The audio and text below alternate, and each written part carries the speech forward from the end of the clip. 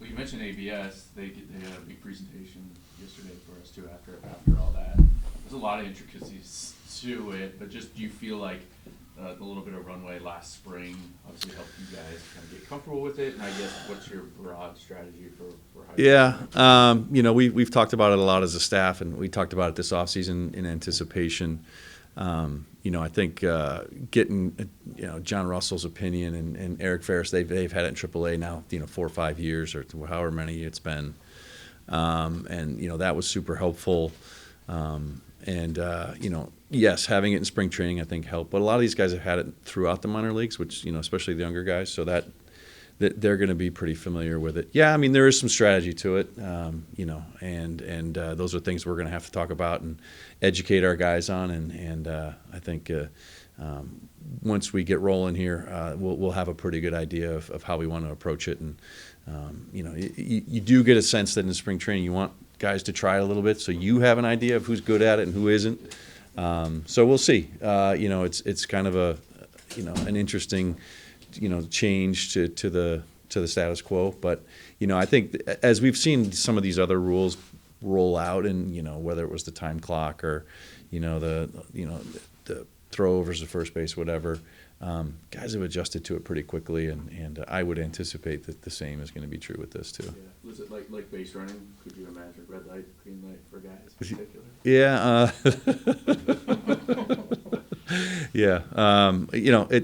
It'll be interesting. It's going to be fun to see how it all plays out. But I think again it'll be something in the beginning that'll cause maybe a stir, and then as things roll on, we'll get pretty used to it. There has to be some strategy though in terms of the team aspect of it. Like, yeah, you might feel like you're getting hosed in your at bat, but overall, like challenging it might not be the best for the team. I think that's what you have to weigh is, whether it's a pitcher or a hitter or even a catcher, like the emotion of it sometimes will get the best of a player, as it just is a natural thing. No way that pitch is a strike, but that's where the education has to come in and understand where you are in the game. What the base runner situation is on the bases, how early in the game, how many outs are there in the inning, all those kinds of things. In some ways you have to have a little more awareness of what's going on around you, and that should help. How will the structure of that strategy look early in camp? Will you guys kind of let guys go free rein?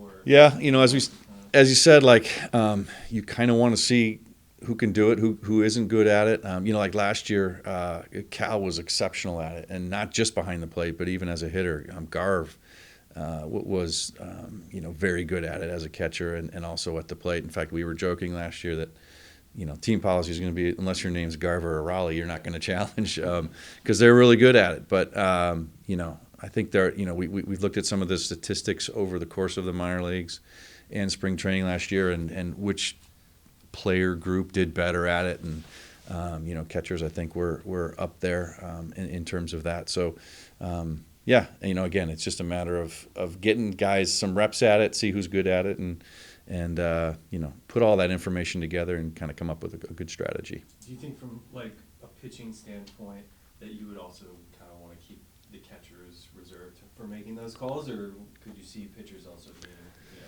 I guess, given the runway to make those challenges? Yeah, I mean, again, that's as we get closer into it and see how things start to develop, that kind of will help make us make that decision.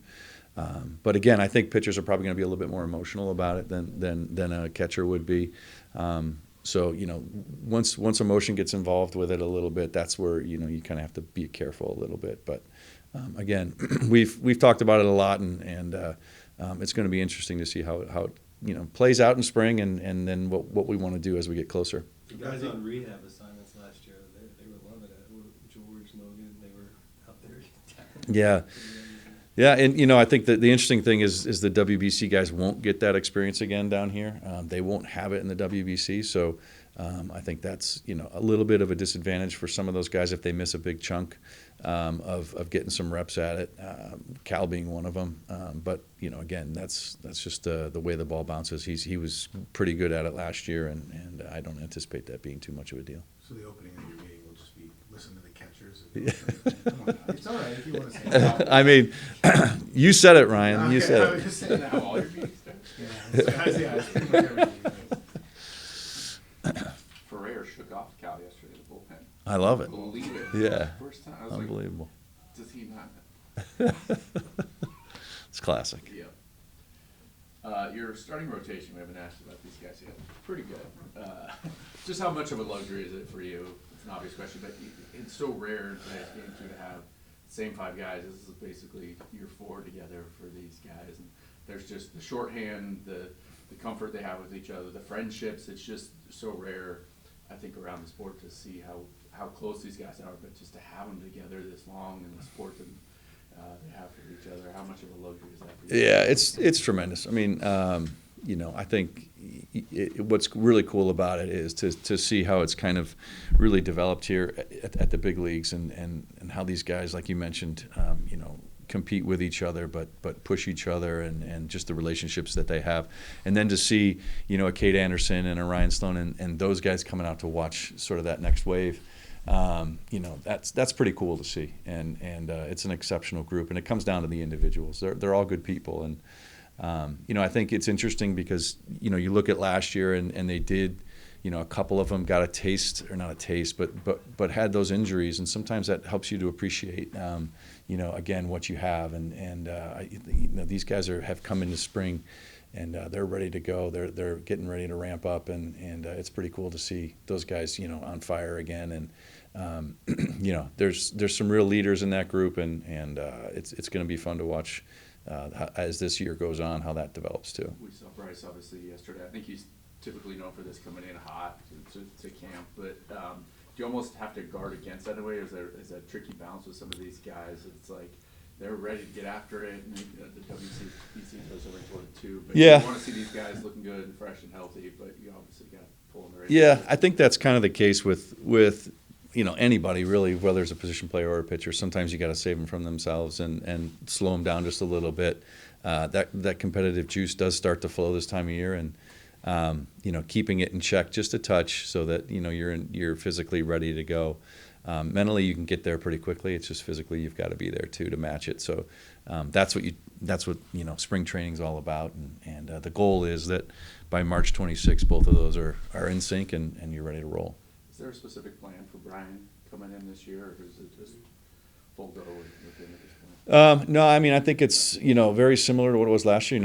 Obviously a great year for him, but I thought his health was great last year, just until the end when we had the little hiccup there. But I mean I think what he went through last year and some of the same approach will be taken this year with it, and I think again he's in a really good spot and he's ready to go.